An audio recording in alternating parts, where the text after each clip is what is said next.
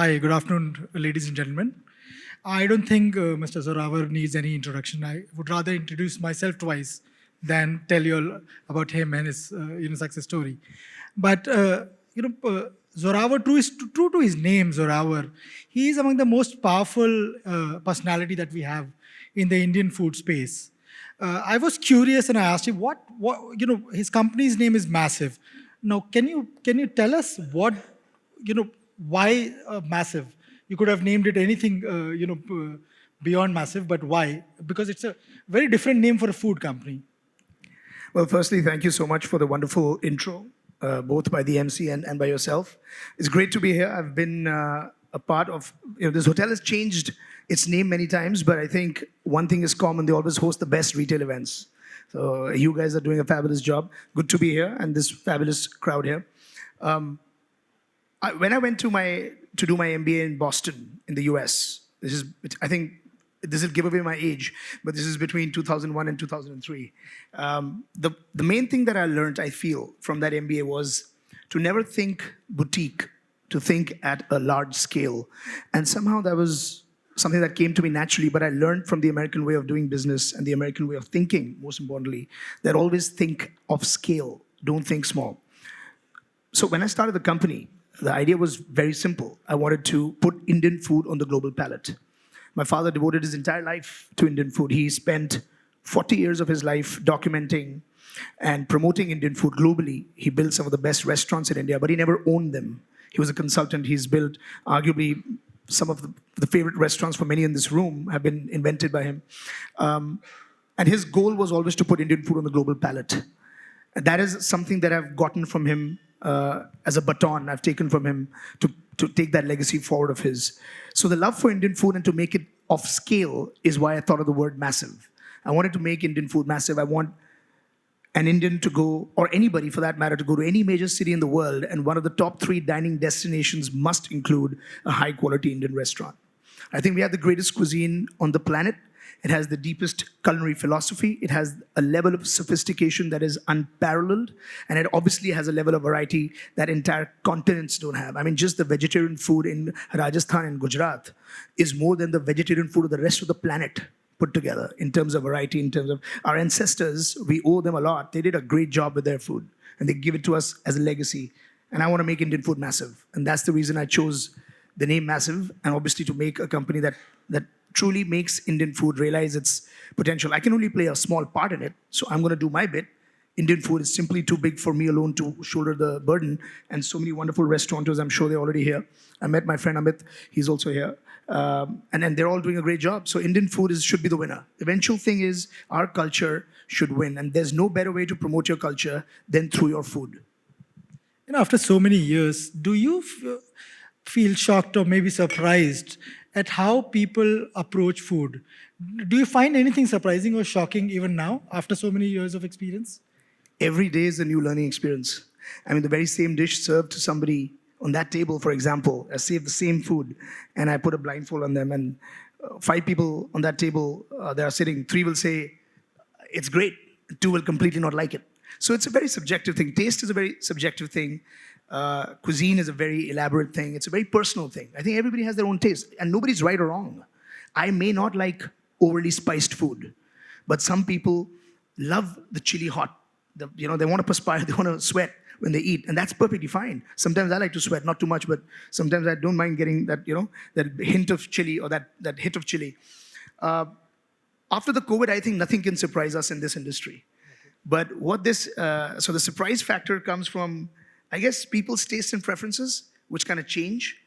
But you have to understand that the restaurant business, or the food business in general, not just restaurant, I'm also talking about delivery, of course, is arguably the fastest changing business in the world. Even an iPhone changes its design every 2 years. But a restaurant literally ceases to be relevant after 1, unless it continues to innovate. So the need to innovate is perhaps as much as in technology. Think about that. I mean, technology is constantly changing, evolving. Intel introduces a new chip, 10% gains every year. We have to radically change 50 to 55% of our menu every 6 months, maybe 1 year. And if we don't do that, people get bored. we lose relevancy, we lose mind space. I have now restaurants, lucky enough, that have performed very well for over a decade in my company. And I can tell you that every day, it's harder to run a restaurant that is a decade old than to open a new one. The new one will be easier to run. There'll be hype. It's new, people will come. The older one needs constant innovation. Do you think there is a need for standardizing the menu and the food taste as well, like we see in fast food chains? I do not. I'm nothing against fast food. Huh? I don't mind fast food at all. Filet of fish at McDonald's is the only sandwich I eat there, but it's nice. I think too much standardization kills the soul of food. And that level of standardization can only happen if you freeze or retort the food. And I'm totally against that. So even in our delivery business, and now we're in 6 cities and it's now 70 points of sale. Soon it's going to be 10x that size. We're never going to freeze the food. We're going to chill the food. We're going to keep it at 2 degrees, 3 degrees under that. And we're going to send it from our base kitchen to our assembly units, which are the cloud kitchens, and it'll be dispatched from there. But the moment you start over-standardizing, and you'll get highest levels of consistency. I can never, ever compete with McDonald's in consistency at a Farzi Cafe or a Papaya. I can't, but I don't want to. I think that human element is essential. I don't want to see the day where robots are making the food. It's going to happen. AI will be involved some way. I want a human being to be involved. I think it's the soul of cuisine is a human's hands, a human's passion. A machine can never recreate that. I'm a big tech guy, so I'm not. Don't take me wrong. We use a lot of AI in other things, menu management and marketing, even making images now. It's very cheap to use AI to make images, but I don't want to, at least in fine dining or premium or even casual dining restaurants, I don't want to see the day where the robot is making all your food. A chef has to make the food. There's a soul, there's a little bit of his own, his essence, hopefully not DNA, but his essence that he puts into the food, which makes food, and it's the soul of it. So I don't think standardization or consistency is bad. I think it's very good. If you don't have consistent food, your restaurant is going to fail. So that 10-year plus restaurants that I have, they're there because they're consistent in their food. But you cannot be so consistent that you end up losing the soul. So it's a balance. If someone has to join your business or get into a restaurant business, what is the 3 big advice that you would tell them? One to avoid and one to do actually. Don't even enter it. No, I'm joking. No, I'm trying. I'm not. I think it's one of the most rewarding businesses in the world is F&B, and but it's my job to obviously give the reality, right? It's also got the highest failure rate of any business in the world. 90% of all restaurants shut down within a year and 96% within 18 months. And the biggest reason for the failure of these restaurants is undercapitalization, which means people have the money to open the restaurant or the cloud kitchen, but they don't have the money to sustain it, to the working capital requirements. The sustainability costs money. It's not like you're going to open a restaurant and it'll be a hit from day one. It happens very often. And if you've got a history and a background, then it's easier to open new restaurants and they're hits. But it's very important for people to get into it for the right reasons. Do not get into it as a glamour business or a showbiz. It's not. Although we are 40 times larger than Bollywood. The food F&B industry in India is 40 times larger than Bollywood. It's also the most popular form of entertainment for Indians. Not just for Indians, anywhere in the world, but especially in India. Indians love food, and we spend more of our gross disposable income on food than on any other form of entertainment. We won't buy the shoe, we won't buy the jacket, we won't, buy maybe watch that many movies, but we will want to go out and have a nice meal with our family at least once a week and order in many times a week, right? That's what's happening. Indians love food. But get into it for the right reasons. Get into it because you're truly passionate about the business. Get into it because you want to make a lifestyle choice. This is not a 9 to 5. This is not even a career. This is beyond a career. This is a lifestyle choice. On Saturdays and Sundays when other people are chilling, you're working your hardest. At night when people think you're chilling, having fun in your restaurants, no, you're waiting for the sales reports to come in. You're making sure that your guests are taken care of. It's a very hectic business. It's a very nuanced business. It requires a lot of detailing. It requires a lot of effort. And you have to understand that you should only get into it for passion. My father always told me, figure out something you'll do for free, then figure out a way to make money from it. Okay. So only if you were willing to work in a restaurant for free is the reason you should open it. Obviously, you have to make money. I mean, you can't run a business without that, and you have to sustain your family but get into it for the right reasons. Don't make it an extension of your drawing room, is what my suggestion is. But it is the most, again, I'm not trying to dissuade people. I want more and more people to jump in. It's a great business. It's a huge, we have the largest population in the world now and the largest, youngest population in the world. And the consumption patterns of India are only going up. And this is going to be 10, 20x in the next size of the market. It's growing already compounded annually at 22, 23%, which means every 3.5 odd years, the business is doubling in size, Right. which is incredible. It's probably the fastest in the world. It's even faster than China in some cases.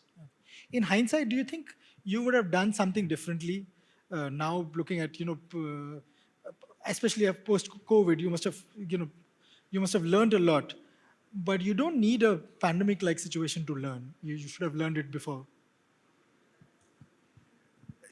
Nothing teaches you more than crisis. Okay. But there's always a silver lining in the crisis. There's always an opportunity in every crisis of learning. And whatever doesn't kill you actually makes you stronger. I hate using cliches, but literally whatever doesn't kill you will make you stronger. So the companies that survived the COVID are today much stronger. The last quarter was the best quarter in our company's history. But the main thing that I really learned in the COVID was you cannot take anything for granted. Okay. Not even the fact that your restaurant will open cannot be taken for granted the next day. So it's a big learning experience. I remember I'd never not worked for a decade before the COVID, right? I started my business, actually I started with Punjab Grill in 2007. I exited that company. So 2007, and it happened in 2020, right? So 13 years, 14 years, never was a day that I didn't work. And suddenly I'm in the middle of the COVID and I'm sitting at home. All my restaurants are shut. I had no delivery business. I had zero delivery business. Not even 1 rupee coming in. I have this huge 2,000 odd people salaries to pay. And I don't know if this is going to last a week. It's going to last a month. It's going to last a year. I did not know if restaurants would ever be considered or deemed safe enough by people to walk out. All those things come in their head. And idle mind is the devil's workshop. I became disillusioned, but for a little while. Okay. Took me about a week. Then because of the support of my family, my wife was amazing. I changed my thinking. I thought about the delivery business. I thought about how to keep myself busy. We started getting on a lot of these voice Zoom meetings. I didn't even use Zoom before that, to be honest. We used mildly for international stuff, but literally every day talking to each other. We got comfort. The fraternity was fabulous. The entire fraternity worked with each other. We were each other's strengths, the pillar behind, the foundation for each other. So it was a great, great time from a camaraderie perspective, very bad time for business. But the learning, I said, what I would have done differently was I would have opened my delivery business earlier. I should not have waited for COVID to give me a wake-up call. And today, the delivery business for us is the fastest growing. We're doubling every quarter. And it's already 38% of our total business. And what I would have definitely done earlier is I would have started delivery brands earlier. I should not have waited for the COVID to give me a kick in the ass, to speak, so to speak. I don't know if I'm allowed to use that word, but kick in the rear, to have started it. So I think you have to be slightly ahead of the curve. And you have to not take things for granted. And the COVID taught me that better than anything else. No, I won't use the word failure, but you have seen adversity. Do you still fear that situation could come? Or you're beyond that? I think paranoia is a state of heightened awareness. I'm constantly paranoid, and I'm constantly insecure. I think it's a good thing to be. I think it's a state of heightened awareness. I think you should never take, like I said, third time probably saying it, don't take things for granted. Always plan a little bit ahead. Plan contingencies. Figure out a way that if I can't have business for 3 months, can I still pay my people's salary? You can talk to the landlords. Some of the really nice landlords are here who helped us a lot in the COVID. But what are you going to do about your employee? He can't pay his rent. What if his landlord doesn't agree, throws him out of the house? Right. I, during those times, have paid people from my own pocket.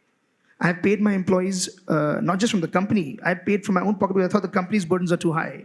I paid people's salaries because what's he going to do? He's got an EMI. His car will be taken away.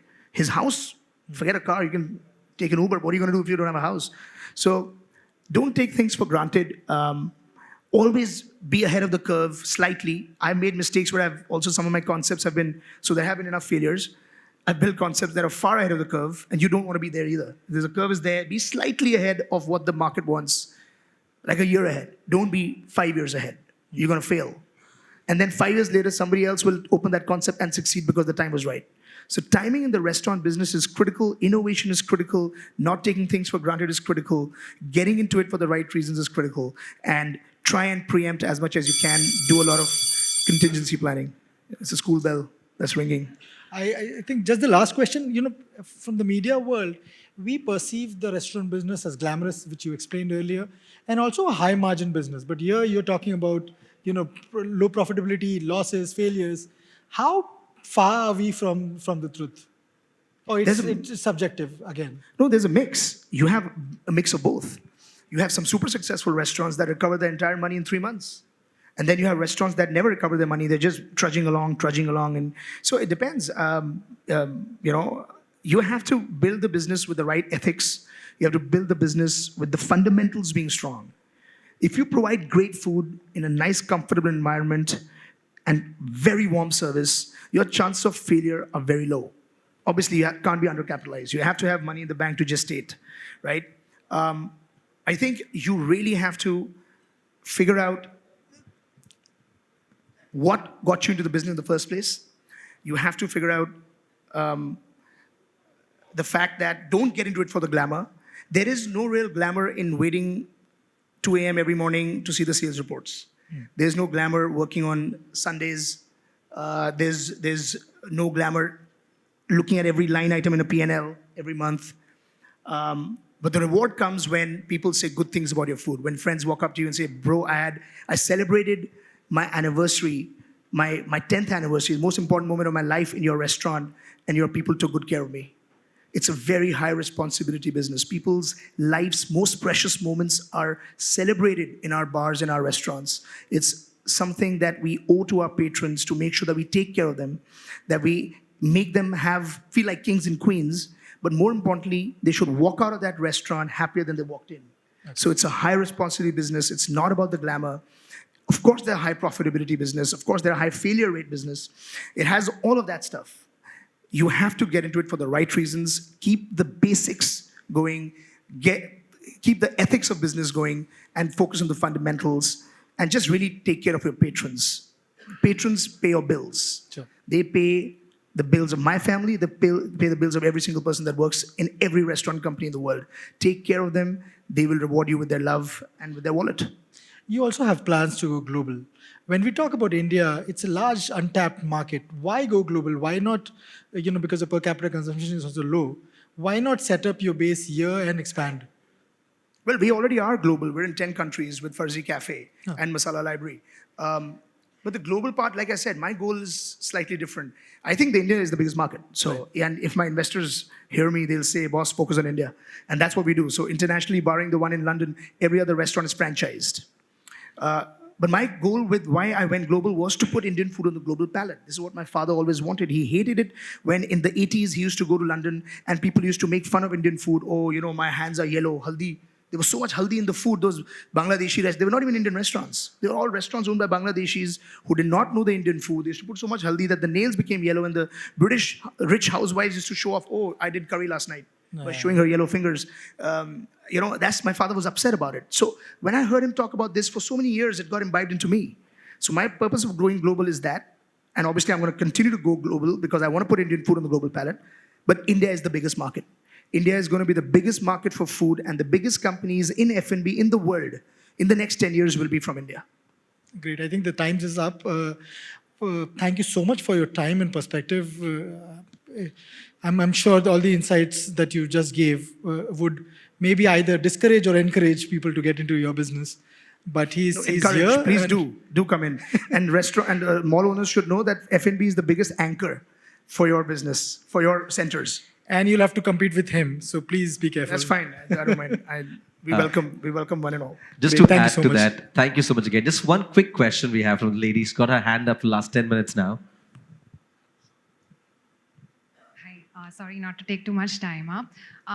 So, what are your thoughts on? I feel like every time we all step out to eat, and this has been like conflicting in consumer behavior, that we're always worried about what we are consuming. So, what level of transparency is going to come into the restaurant's space going forward? Because the consumer is demanding clean use of ingredients. So, how is that going to affect the entire landscape?